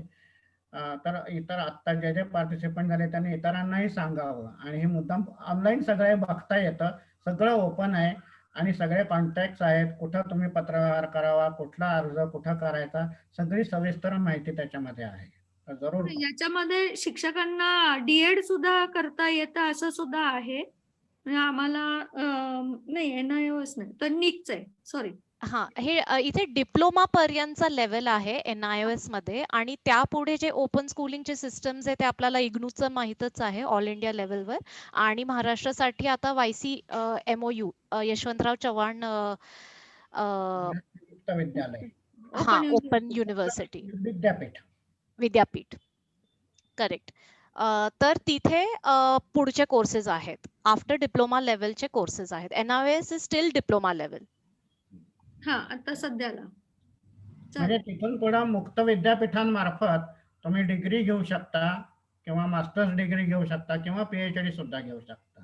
हो हो. मला हे इथे ऍड करावं असं वाटतंय की हा सेशन आम्ही ठरवला त्याच्यानंतर मी पण थोडा रिसर्च करण्याचा प्रयत्न केलं होतं की अशी लोक आहे का की ज्यांनी NIOS कडनं 10वी-12वी केलेली आहे, पुढे त्यांना कॉलेजमध्ये ऍडमिशनची प्रोसेस त्यांनी केलेली आहे, त्यांना काय काय डिफिकल्टीज आलेली आहे. तर जास्त तर प्रायव्हेट इन्स्टिट्यूट्स जे असतात, प्रायव्हेट कॉलेजेस असतात आणि ते पण खालच्या स्तराचे, तिथे NIOS साठी ते खूप असे तसे करतात का हा सर्टिफिकेट पाहिजे, हा असं चालत नाही वगैरे. पण सगळ्या IITs, सगळ्या गव्हर्नमेंट रेकग्नाइज आणि वरच्या लेवलच्या इन्स्टिट्यूट्स मध्ये NIOS अगदी इझिली ऍक्सेप्टेड होतं. स्टुडंट्सना, काही स्टुडंट्सना फक्त एकच कंप्लेंट आहे की ते स्वतः इतकं सेल्फ डिझाइन्ड मोड मध्ये असतात की नंतर त्यांना थोडा अवघड पडतं. म्हणजे समजा आता त्यांनी NIOS कडनं 12वी केलेली आहे आणि मग IITच्या अगदी डिसिप्लिन्ड ऍटमॉस्फिअर मध्ये ते शिरले की त्यांना त्याचा थोडा त्रास होतो. अशीच कंप्लेंट आहे. बट अदरवाईज NIOS कडनं ज्या मुलांनी खरंच NIOS विचार करून, त्यांच्या पालकांनी आणि त्यांनी विचार करून NIOS घेतलेला आहे की त्यांना त्याच्याबरोबर ओपन स्टडीज करायची आहे, त्यांना खूप प्रॅक्टिकली सगळं बघायचं आहे. जास्त तर जी मुलं स्पोर्ट्समध्ये, म्युझिकमध्ये, एक्स्ट्रा करिक्युलर मध्ये स्वतःचं करिअर अगदी आधीपासूनच ठरवून घेतात की मला याच्यामध्येच करायचं आहे, मला याच्यामध्ये जास्त वेळ घालायचा आहे, ते NIOS अगदी म्हणजे विदाउट इवन थिंकिंग ते NIOS चूज करतात. दे फाइंड इट कम्फर्टेबल की त्यांच्या सगळे टुर्नामेंट्सला सांभाळून ते कधीही एक्झाम्स देऊ शकतात त्यांचे. आणि त्याच्यानंतर फॉरेन युनिव्हर्सिटीजला तर अजिबात प्रॉब्लेम येत नाही. इनफॅक्ट जर तुम्ही NIOS केलं, त्याच्यामध्ये तुम्ही चांगलं परफॉर्मन्स केलं, foreign universities takes this as a plus point because you have been able to design your own learning at the age of 15 or 17. तर हो सर. हा प्रश्न जो काही आताचा जो ह्यांचा आहे तो पूर्वी मुक्त विद्यापीठाचा सुद्धा होता की त्याचे सर्टिफिकेट चालायचे नाही, त्यांना कुठे जॉबचा करता किंवा कुठल्या कॉलेजेसला पण हे निवायचं. पण काळ जसं जाईल तसं तसं ते सगळं डेव्हलप होत जातंय. पण ज्या महिलांना म्हणा किंवा ज्या जेंट्सना की शाळा करू शकले नाहीत किंवा त्यांना पुढचं शिक्षण घेऊ शकले नाही 10वीच्या नंतर, तर त्यांच्यासाठी हा एक चांगला की त्यांचा कॉन्फिडन्स पण वाढू शकतो आणि एक डिग्री त्यांच्याकडे, भले त्यांनी नोकरी केली नाही तरी चालेल, पण एक अभ्यास त्यांना जी इच्छा आहे की होती की मी करू शकले नाही, तर त्यांच्यासाठी हा उपयोगी होण्यासारखा आहे कोर्स. जयश्री मॅडम, हा, तुम्ही अशा हजारो महिलांना बसवलेलं आहे, हजारो. हो ना. हा, तेच मला पण, म्हणजे कारण आता आपल्याकडे कोर्सला ज्या वेळेला महिला येत होत्या त्यावेळेला त्यांच्याकडे हीच हे होते की आम्हाला खूप शिकायची इच्छा होती, परंतु काही आर्थिक ह्याच्यामुळे किंवा लवकर लग्न झाल्यामुळे आम्हाला पुढे शिक्षण घेता नाही आलं. हजारोने केसेस आहेत अशा. हा, मग त्या मुलींना आपल्याला हे कोर्स सजेस्ट करू शकतो किंवा आता मी माझ्याकडे जर समज हे घेतलं तर ते आपण कन्व्हिन्स करून किंवा त्यांना एक संधी देऊ शकतो. जरूर जरूर. मला एक वेगळा मुद्दा इथं थोडासा लक्षात आणून द्यायचा होता. 1-2 मिनिटं फक्त बोलतो. आपल्याकडं शिक्षण व्यवस्थेमध्ये मुलांनी स्वतः शिकावं अशी आपण मुलांना सवय लावत नाही. त्याचे काही आपल्याला दुष्परिणाम दिसून येतात. स्पून फीडिंग होतं. ते आता काय होत आहे की NIOS मध्ये हे स्वतः शिकणं आहे, सगळं स्वतःहून शिकायला लागतं, सेल्फ स्टडी. पण त्याच्या जोडीला जर पालकांनी थोडी आणखीन एक वेगळी अशी दृष्टी ठेवली की शिक्षण हे समाजातल्या अनेक अशा उपक्रमांमधून सुद्धा होत असतं. त्यामुळे आपल्या मुलाला एकीकडे NIOS मधनं अकॅडमिकली पुढे जाण्याची संधी त्यांनी मिळवून द्यावी आणि दुसरीकडं आपल्याला त्या मुलाला जवळपासचे जे जे काही असे उपक्रम आहेत तिथं जाण्याची त्याला संधी द्यावी. म्हणजे तिथली आपली जी लायब्ररी आहे त्या लायब्ररीचा वापर करू द्यावा, त्याच्यानंतर तिथं जो एखादा क्लब असेल आर्टचं शिक्षण देणारा, तिथं त्याला मेंबरशिप घेऊन तिथं त्याला शिक्षण देण्याच्या वेगवेगळ्या व्यवस्था आहेत, त्याची त्याला मेंबरशिप घेऊन फायदा करून द्यावा.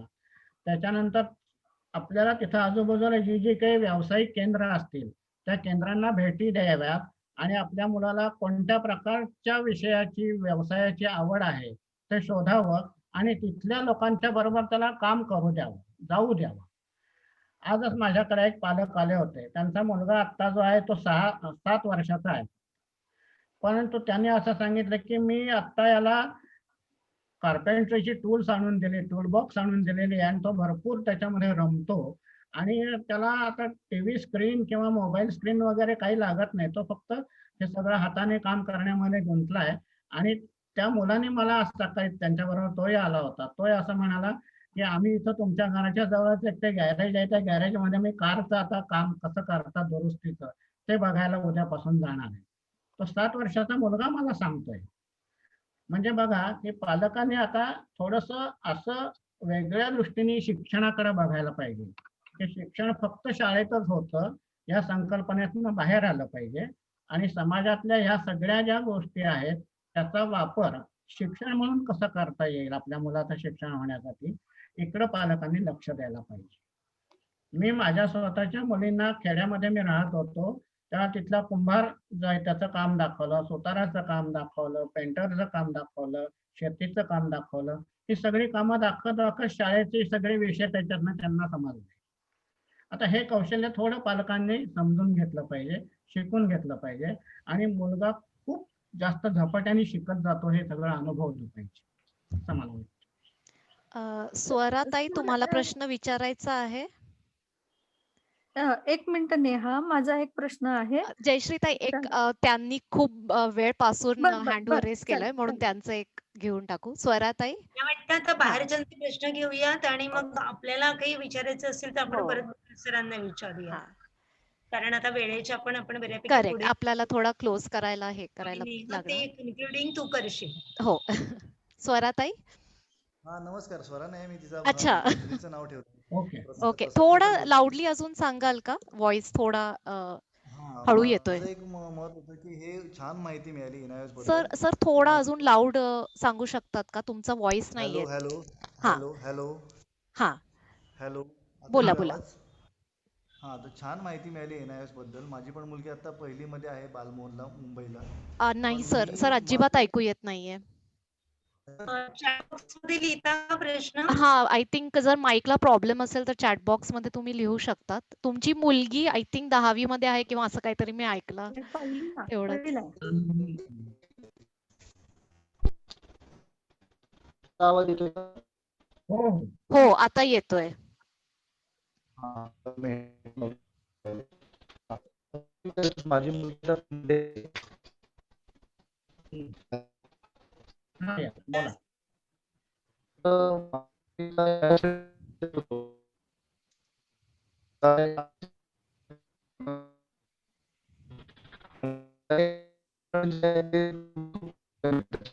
दिल्या त्या अगदी कंटाळवाणी म्हणजे ह्याने दिल्या. मी पण माझं शिक्षण पण बाहेर राहून झालं, तर मी कधीच मला शाळा आवडली नाही आत्तापर्यंत. फक्त खेळ आवडायचे आणि मित्रांबरोबर मारलेल्या गप्पा तेवढंच आठवतं. बाकी शाळेतला अभ्यास मला कुठलाच आठवत नाही, कारण तो कामामध्ये येत नाही. आणि जो प्रॅक्टिकली काही एज्युकेशन नसल्यामुळे ती परिस्थिती बदलणार आहे का शाळांमधली? किंवा सगळीकडे हाच प्रॉब्लेम आहे. ज्यांना जमत नाही, NIOS जमणार नाही, त्यांना जबरदस्ती तो पोर्शन शिकवला जातो किंवा शिकावा लागतो. कारण पुढे काहीतरी करायचं आहे, तुम्हाला नोकरी मिळाली पाहिजे असं. आणि म्हणजे ते सर्टिफिकेटशी एकदम संकोचित वृत्ती की सर्टिफिकेट मिळून आपल्याला नोकरी मिळाली पाहिजे म्हणूनच हे एज्युकेशन बरोबर आहे, हेच एज्युकेशन आहे, असं जे मुलांवरती थोपवलं जातं हे कुठेतरी थांबलं पाहिजे असं मला वाटतं. आणि हेच जे कॉर्पोरेट एज्युकेशन झाल्यासारखं असं भास होतो जरा, की कुठेतरी नोकरी मिळावी पैसे कमवण्यासाठी असं. आणि जी भारताची जी कृषीप्रधानतेची जी संस्कृती आहे ती शाळेमध्ये कुठेच शिकवली जात नाही. म्हणजे शेतीमध्ये मुलांना अजिबात रस नाही. माझे वडील शेतकरी आहेत, मी आत्ता शेतीमध्ये वळलो, आत्ता शेती शिकायला लागलो, शाळा वगैरे कॉलेज झाल्यावर नोकरी केल्यावरती काही वर्ष. पण शाळेमध्ये त्याचं बेसिकसुद्धा काही प्रॅक्टिकली कुठेच दाखवलं जात नाही. त्यामुळे शेतीमधून लाखो लोक आता दरवर्षी कितीतरी मुलं बाहेर पडतात. शेतकऱ्यांना पण आपली मुलं शेतीमध्ये ठेवायची नाहीत आणि त्या शेतींची सगळी विक्रीकरण होऊन मग तिथे भल्या मोठ्या बिल्डिंग्स प्लॉटिंग्स हे होऊन जे अन्न निर्मितीसाठी आपली जागा आहे ती पण जाते आपली. म्हणजे ते कुठेतरी प्रॅक्टिकली शाळेपासून सुरुवात झाली पाहिजे की तुम्ही अन्न वस्त्र निवारा ह्या मूलभूत गरजांवरती तुम्ही आधी शिक्षण घ्या त्याच्यासाठी, की रादर की तुम्ही पैसे कमवून त्या गरजा दुसरीकडून कुठून तरी विकत घ्या असं. हा मला कुठेतरी शिक्षण व्यवस्थेतला मोठा प्रॉब्लेम वाटतो की मूलभूत गरजांविषयीचं शिक्षण अजून दिलं जात नाही मुलांना. आपली हातमागावरची वस्त्र किंवा शेती असेल किंवा पूरक व्यवसाय असेल हे कुठेतरी म्हणजे प्रॉब्लेम आहे शिक्षण व्यवस्थेत अजून. फार व्यापक प्रश्न आहे आपला. आत्ताचा आपला जो विषय आहे त्याच्यापेक्षा खूप व्यापक असा हा प्रश्न आहे, पण आपण तरीही थोडासा प्रयत्न करू कारण वेळ आपल्याकडे खूप मर्यादित आहे. हा अभ्यासक्रम आपला कसा तयार केला जातो ते फार मजेशीर वर्णन आहे सगळं. तो वरून ठरवला जातो. म्हणजे शाळेमध्ये पहिलीत आलेलं प्रत्येक मूल हे जणू काही मंगळावर जाणाऱ्या अवकाशयानाचा प्रमुख म्हणून काम करणार आहे आणि म्हणून त्याला इंजिनिअरिंगचं सगळं शास्त्र माहीत झालं पाहिजे असं गृहीत धरून त्याचा सगळा पुढचा MSc चा अभ्यासक्रम ठरवला जातो. BSc चा अभ्यासक्रम त्या पद्धतीने खाली आणखीन ठरवला जातो की तो असा MSc होणार आहे. तसंच तो मग SSC चा 7वीचा आणि बालवाडीचा. म्हणजे प्रत्येक मूल हे असं काहीतरी करणार आहे म्हणून त्याला हे शिकवलं पाहिजे अशा पद्धतीने वरून तो ठरवला जातो. हेच मुळात चुकीचं आहे. त्यामुळे थोडस हे शिक्षण कशासाठी याचं उत्तर जे आहे त्याच्याशी हे निगडीत आहे आणि याच्यासाठी आम्हाला असं वाटतं सगळ्यांनाच की पालकांचं मोठ्या प्रमाणावर मतपरिवर्तन होण्याची गरज आहे. शिक्षण काय हे नीट कळलं पाहिजे.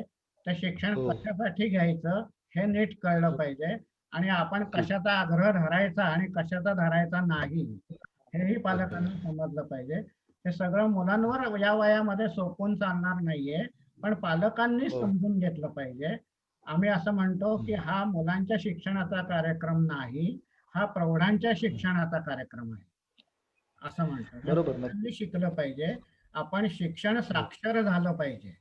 आपण शिकलेलो आहोत पण शिक्षण साक्षर नाही आहोत. अक्षर नाही अजून देश समाजामधली विषमता काम करायचं आहे. आम्हाला त्याच्यामध्ये आपली मदत नक्कीच लागेल आणि आम्हाला ते घ्यायला आवडेल. हो सर, हो नक्कीच नक्कीच. धन्यवाद.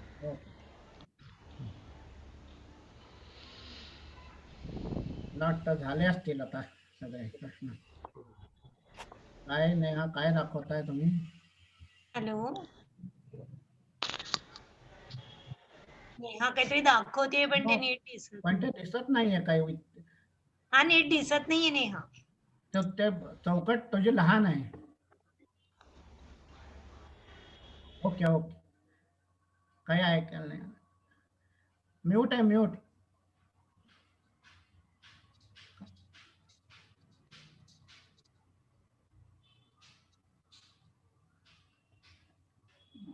तुझे त्या चौकटीमध्ये लहान आहे त्यामुळे दिसत नाहीये काही. काहीच कळत नाहीये.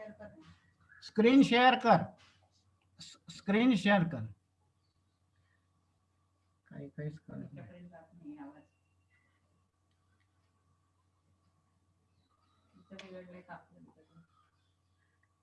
असं काय पण त्याला कसं म्यूट करायचं?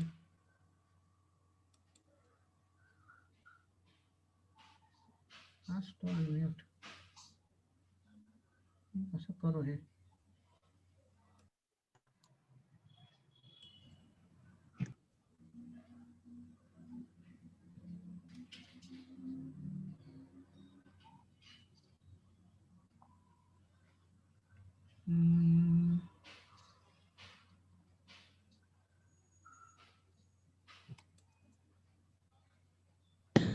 ओके सर माझं कनेक्शन गेलं होतं म्हणून मी लिहिलेलं होतं की तुम्ही होस्ट झालेला आहात, मला होस्ट करून घ्या परत.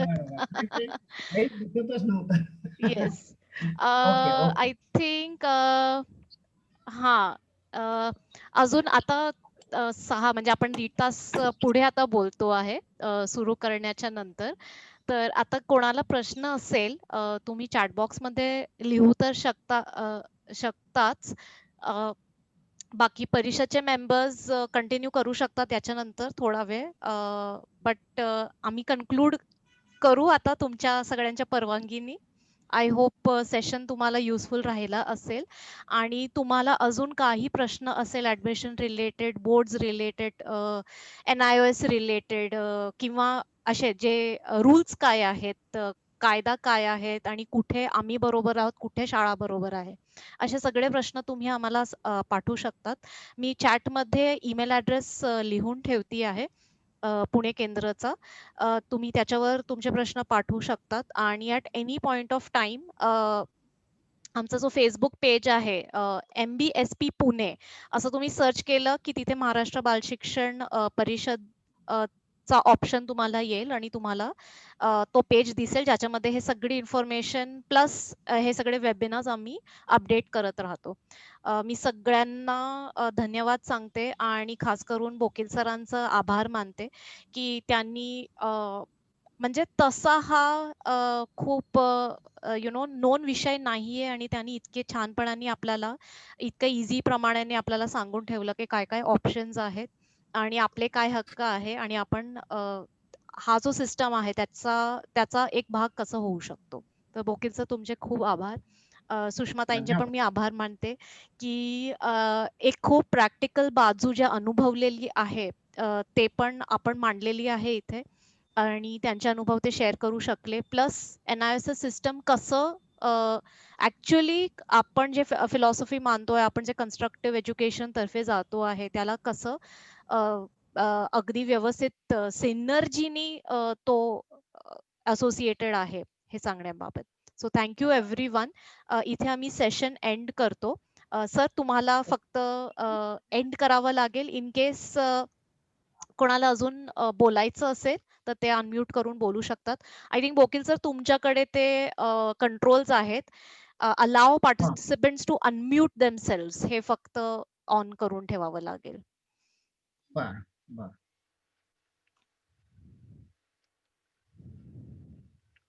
करू बंद? सर बंद पण करू शकतात. आणि येस म्हणतो, allow participant to unmute. Yes. नाही सर.